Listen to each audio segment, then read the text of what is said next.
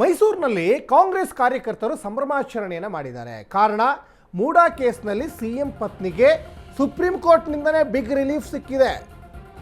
ಮೈಸೂರಿನಲ್ಲಿ ಕಾಂಗ್ರೆಸ್ ಕಾರ್ಯಕರ್ತರು ಈಗ ಸಂಭ್ರಮಾಚರಣೆ ಮಾಡ್ತಾ ಇದ್ದಾರೆ. ಮೂಡಾ ಕೇಸ್ ರಾಷ್ಟ್ರ ರಾಜಕಾರಣದವರೆಗೂ ಕೂಡ ಸಾಕಷ್ಟು ಸುದ್ದಿ ಮಾಡಿದಂಥ ಕೇಸ್ ಅದು. ಲೋಕಾಯುಕ್ತ ಕಚೇರಿ ಮುಂಭಾಗ ಸಿಹಿ ಹಂಚಿ ಸಂಭ್ರಮಾಚರಣೆಯನ್ನು ಮಾಡಿದ್ದಾರೆ. RSS ಕೂಲಿಯಾಗಿ ಇಡಿ ಕೆಲಸ ಮಾಡ್ತಾ ಇದೆ.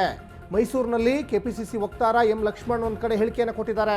ದೂರುದಾರ ಸ್ನೇಹಮಯ ಕೃಷ್ಣ ಒಬ್ಬ ಕ್ರಿಮಿನಲ್, ರಾಜಕೀಯ ದಾಳವಾಗಿ ಕೇಂದ್ರ ಇಡಿ, CBI, NIA ಬಳಸ್ಕೊಳ್ತಾ ಇದೆ. ಇದು ಕಾಂಗ್ರೆಸ್ನವರು ಸಂಭ್ರಮಾಚರಣೆಯನ್ನು ಮಾಡ್ತಾ ಇದ್ದಾರೆ. ಆದರೆ ನಿನ್ನೆ ಸ್ನೇಹಮಯ ಕೃಷ್ಣ ಒಂದು ಸ್ಟೇಟ್ಮೆಂಟನ್ನು ಕೊಟ್ಟಿದ್ದಾರೆ. ಅನೇಕ ಪ್ರಕರಣಗಳಲ್ಲಿ ಸುಪ್ರೀಂ ಕೋರ್ಟ್ ಇಡಿಯನ್ನು ತರಾಟೆಗೆ ತೆಗೆದುಕೊಂಡಿದೆ. ಇದೇ ಒಂದು ಫಸ್ಟು ಪ್ರಕರಣ ಅಂತಲ್ಲ. ಹಂಗಂತ ಹೇಳಿಬಿಟ್ಟು ಈ ಮೂಡಾ ಪ್ರಕರಣ ಇಷ್ಟಕ್ಕೆ ಖುಲಾಸೆನೂ ಆಗಿಲ್ಲ, ಈ ಕೇಸ್ ಏನು ಕ್ಲೋಸೂ ಆಗಿಲ್ಲ. ಹಾಗಾಗಿ BR ಗವಾಯಿ ಪೀಠ ನಿನ್ನೆ ಇಡಿ ಅಧಿಕಾರಿಗಳ ಮೇಲೆ ಗರಂ ಆಗಿದ್ದರು.